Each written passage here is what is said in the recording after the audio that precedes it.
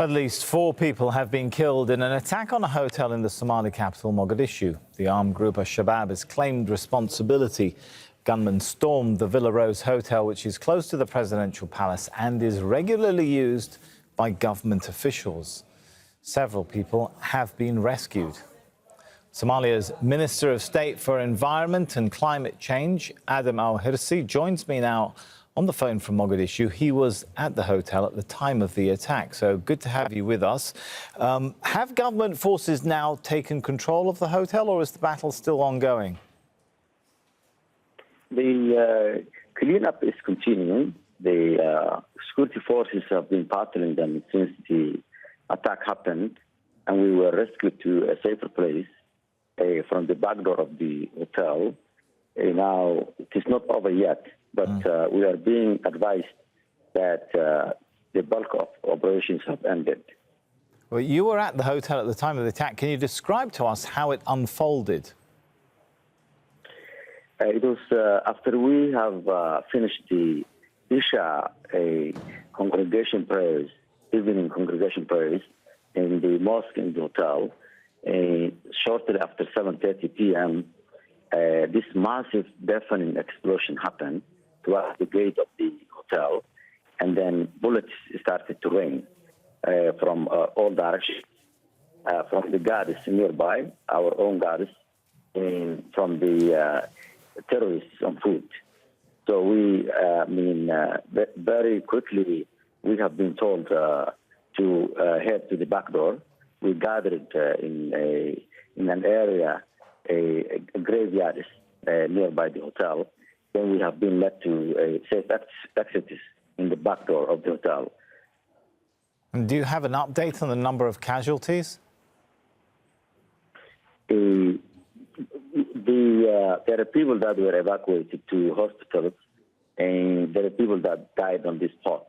We have been advised that 6 to 8 people have been spotted dead in and around the hotel, the location of the terrorist attack, and people might have died in the hospitals or might not. Right. Well, the hotel was frequented, obviously, by government officials such as yourself. Was there a security failure for this group of assailants to be able to get into such a sensitive place and such a sensitive part of Mogadishu?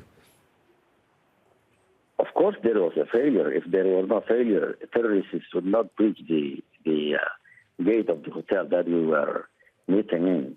But remember, we are in a war, a raging war that guns are blazing.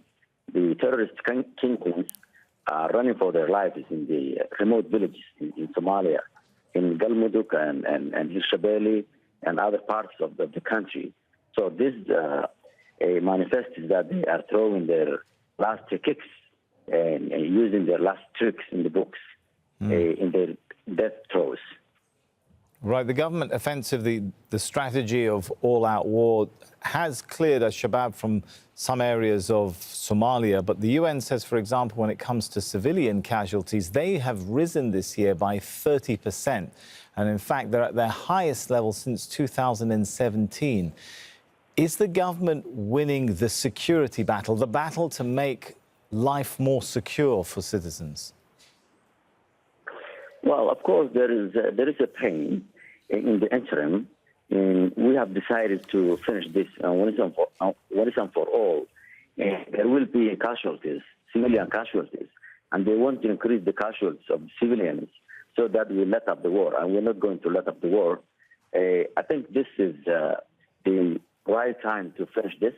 The Somali communities, all of them, rise up against this terrorist group who were illegally in the place that they were, extorting people, paying people, misusing their kids, making Islam look bad.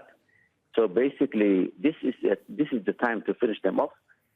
Yes, as I said, there will be pain, but in the interim, but it is not a pain that will endure, that will wait for our children and our grandchildren.